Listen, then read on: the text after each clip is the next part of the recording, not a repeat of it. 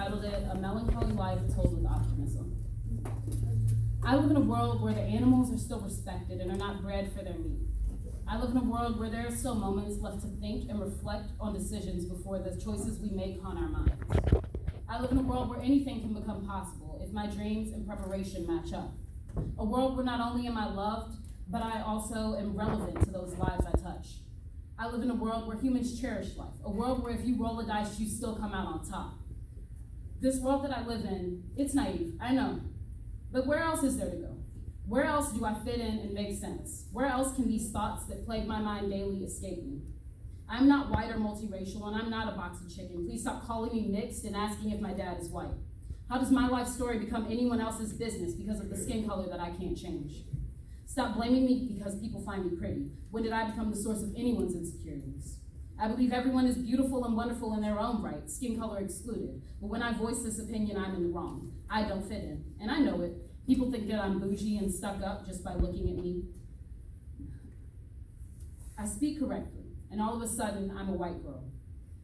But if I don't, I become the laughingstock of everyone. I get asked why I hang out with white people, but when I try to become friends with anyone of my own race, I'm the one who ends up feeling lost and misplaced. I stumble around trying to fit in, wishing that for once God would just give in and answer one of my prayers. I'm sick and tired of skin colors. I wish that we could walk around without them. At least then, people could see that we're all the same, and it's the events in our lives that make us different. The truth about my skin, my ancestors were most likely raped and wished that they could be out in the sun, because at least then their body wouldn't be made up of the white man that they so despised. Everyone is lucky until they aren't, right? So why continue to live life judging one another on something no one can change? And even if they can change something, why make them? Why take away someone's choices? Isn't that our right as humans to make choices based on what we see? So yes, I do live in a world where a butterfly could land on my nose. I do live in a world where the water sparkles and the sun makes the flowers grow. If I don't live in this world, I become plagued by thoughts like these and a million other things, like shootings and sex trafficking. My world is all butterflies and rainbows, and money does grow on trees.